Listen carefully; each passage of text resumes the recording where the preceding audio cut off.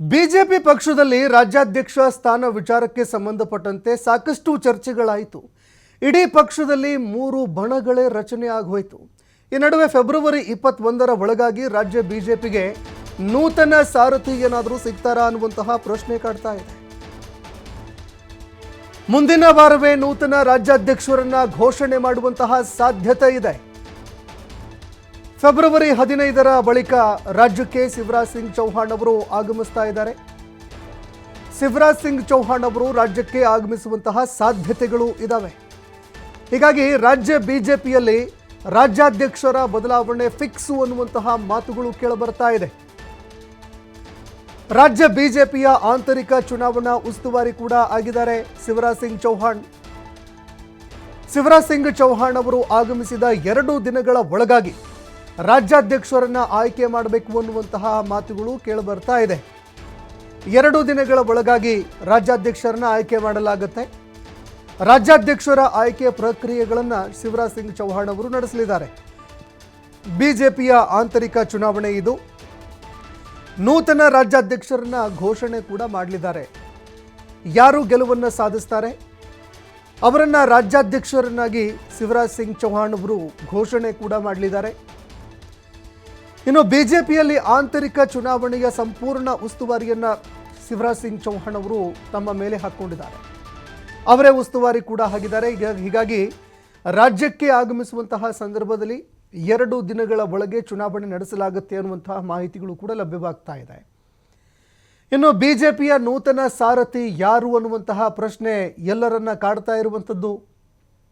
ಯಾಕಂದರೆ ಸಹಜವಾಗಿ ಈಗಾಗಲೇ ಎಲ್ಲರಿಗೂ ಗೊತ್ತಾಗಿರುವಂತಹ ವಿಚಾರ, BY ವಿಜಯೇಂದ್ರ ಅವರನ್ನು ರಾಜ್ಯಾಧ್ಯಕ್ಷರನ್ನಾಗಿ ಯಾರೂ ಕೂಡ ಒಪ್ಕೊಳ್ತಾ ಇಲ್ಲ. ಅನೇಕರು ಒಪ್ಕೊಳ್ತಾ ಇಲ್ಲ. ಅದರಲ್ಲೂ ಹಿರಿಯ ನಾಯಕರಿಗೆ ತುಂಬ ಅಸಮಾಧಾನ ಇದೆ ಅನ್ನುವಂಥದ್ದು ಎಲ್ರಿಗೂ ಕೂಡ ಗೊತ್ತಿರುವಂಥದ್ದು.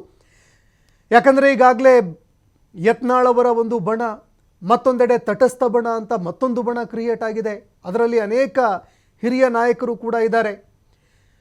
ಮತ್ತೊಂದೆಡೆ BY ವಿಜಯೇಂದ್ರ ಬಣ. ಇದೆಲ್ಲದರ ನಡುವೆ ಒಂದು ಆಂತರಿಕ ಚುನಾವಣೆ ನಡೆಯುತ್ತೆ, ಮತದಾನ ಪ್ರಕ್ರಿಯೆ ನಡೆಯುತ್ತೆ. ರಾಜ್ಯಾಧ್ಯಕ್ಷರನ್ನಾಗಿ ಯಾರನ್ನು ಆಯ್ಕೆ ಮಾಡಬೇಕು ಅನ್ನುವಂಥದ್ದಕ್ಕೆ ಚುನಾವಣೆ ನಡೆಯುತ್ತೆ.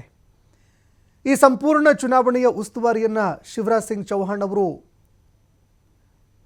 ಹೊಂದಿದ್ದಾರೆ. ಅವರು ಉಸ್ತುವಾರಿಯಾಗಿದ್ದಾರೆ, ಚುನಾವಣೆಯ ಉಸ್ತುವಾರಿ. ಹೀಗಾಗಿ ರಾಜ್ಯಕ್ಕೆ ಆಗಮಿಸುವಂತಹ ಸಂದರ್ಭದಲ್ಲಿ 2 ದಿನಗಳ ಒಳಗಾಗಿ ಚುನಾವಣೆ ನಡೆಸಬೇಕು ಅನ್ನುವಂತಹ ಒಂದು ಮಾಹಿತಿಗಳು ಕೂಡ ಲಭ್ಯವಾಗ್ತಾ ಇದೆ. 2 ದಿನದಲ್ಲಿ ಅಂದರೆ ಫೆಬ್ರವರಿ 15ಕ್ಕೆ ಅವರು ಆಗಮಿಸ್ತಾರೆ. 2 ದಿನದಲ್ಲಿ ಚುನಾವಣೆ ಆಗತ್ತೆ. ರಾಜ್ಯಾಧ್ಯಕ್ಷ ಯಾರು, ನೂತನ ಸಾರಥಿ ಯಾರು ಅನ್ನುವಂತಹ ಪ್ರಶ್ನೆ ಎಲ್ಲರನ್ನ ಕಾಡ್ತಾ ಇರುವಂಥದ್ದು. ಈ ಬಗ್ಗೆ ಮತ್ತಷ್ಟು ಮಾಹಿತಿ ಕೊಡ್ತಾರೆ ಪ್ರತಿನಿಧಿ ರಾಕೇಶ್, ಫೋನ್ ಸಂಪರ್ಕದಲ್ಲಿ ಜಾಯ್ನ್ ಆಗಿದ್ದಾರೆ. ರಾಕೇಶ್, ಈಗಾಗಲೇ ಬಿಜೆಪಿಯಲ್ಲಿ 3 ಬಣಗಳಾಗಿದೆ. ಶಿವರಾಜ್ ಸಿಂಗ್ ಚೌಹಾಣ್ ಅವರು ರಾಜ್ಯಕ್ಕೆ ಆಗಮಿಸ್ತಾ ಇದ್ದಾರೆ. 2 ದಿನದೊಳಗೆ ಚುನಾವಣೆ ಕೂಡ ಆಗತ್ತೆ ಅನ್ನುವಂತಹ ಮಾಹಿತಿಗಳು. ಈ ನಡುವೆ ಬಿಜೆಪಿಯ ನೂತನ ಸಾರಥಿ ಯಾರಾಗಬಹುದು, ಚುನಾವಣೆ ಪ್ರಕ್ರಿಯೆಗಳು ಯಾವ ರೀತಿಯಾಗಿ ಇರುತ್ತೆ, ಈ ಬಗ್ಗೆ ಮತ್ತಷ್ಟು ಮಾಹಿತಿ ಕೊಡೋದಾದ್ರೆ. ಸಂತೋಷ್, ಈಗಾಗಲೇ ಬಿಜೆಪಿಯಲ್ಲಿ ರಾಜ್ಯಾಧ್ಯಕ್ಷರ ಆಯ್ಕೆ ಪ್ರಕ್ರಿಯೆಗೆ ಸಂಬಂಧಪಟ್ಟ ಹಾಗೆ ಎಲ್ಲ ರೀತಿಯಂತಹ ತಯಾರಿಗಳು ಆರಂಭಗೊಂಡಿದೆ. ಆಂತರಿಕ ಚುನಾವಣೆ ನಡೆಯುವ ಹಿನ್ನೆಲೆಯಲ್ಲಿ ಅದಕ್ಕೆ ಬೇಕಾಗುವಂತಹ ಸಿದ್ಧತೆಗಳನ್ನ ಪಕ್ಷ ಮಾಡಿಕೊಂಡಿದೆ. ಫೆಬ್ರವರಿ 15 ಅಥವಾ 16ರಂದು ಚುನಾವಣೆ ಉಸ್ತುವಾರಿ ಹೊತ್ತಿರುವಂತಹ ಶಿವರಾಜ್ ಸಿಂಗ್ ಚೌಹಾಣ್ ಅವರು ರಾಜ್ಯಕ್ಕೆ ಆಗಮಿಸಲಿದ್ದಾರೆ.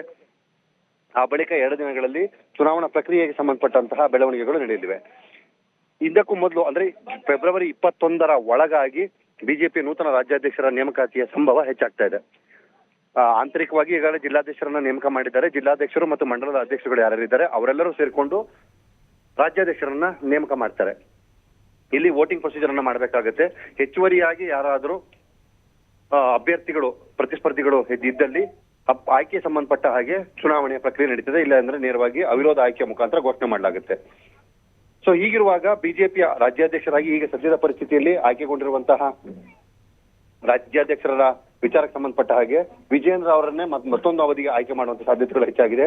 ಬಹುಪಾಲು ಜನ ಈಗಾಗಲೇ ಬಿಜೆಪಿ ಕಾರ್ಯಕರ್ತರು ಕೂಡ ಅದೇ ನಿರೀಕ್ಷೆಯನ್ನ ಮಾಡ್ತಿದ್ದಾರೆ. ಅವರು ಕೂಡ ವಿಜಯೇಂದ್ರ ಅವರನ್ನೇ ಮತ್ತೊಂದು ಅವಧಿಗೆ ಮಾಡಬಹುದು ಅನ್ನುವಂಥದ್ದನ್ನ ಕಾದು ನೋಡ್ತಾ ಇದ್ದಾರೆ. ಸಂತೋಷ್, ಧನ್ಯವಾದಗಳು ರಾಕೇಶ್ ನಿಮ್ಮೆಲ್ಲ ಮಾಹಿತಿಗೆ.